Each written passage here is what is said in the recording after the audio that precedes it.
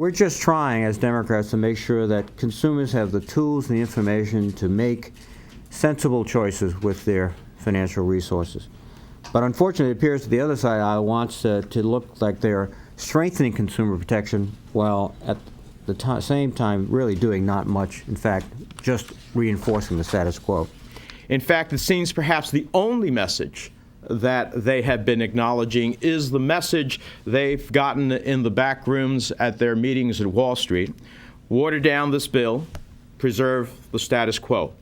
The Republican plan is to create a do-nothing bureaucracy, a six-person council within the FDIC with no real independence and even less authority.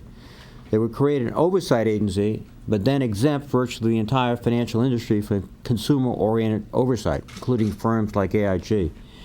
It's more like lapdog than watchdog. All bureaucracy, no bite. Let's be 100% clear.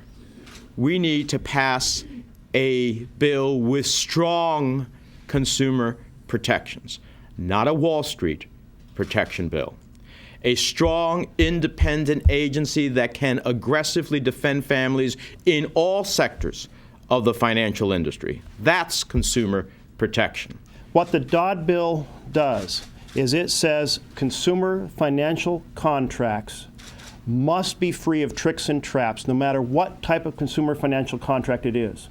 That is what the Dodd bill does, and it is what the Shelby Amendment guts, and it is unacceptable. When you're trying to pass legislation to deal with all of the abuses on Wall Street committed by all kinds of people and all kinds of entities, and then you propose an amendment which guts one of the most fundamental provisions of this legislation, you can only conclude, and I think the evidence now is very compelling, that that meeting on Wall Street was a very productive one for the Wall Street scheme artists. The fact is that Republicans' proposal seems to symbolize America's worst fears about how the powerful operate.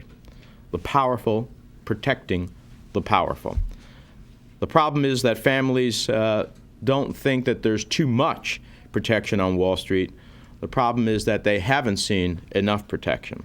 You know, I know that Republicans say they've jumped on the Wall Street reform train, but I'm afraid they've jumped on to pull the emergency brake on the path towards strong consumer protections.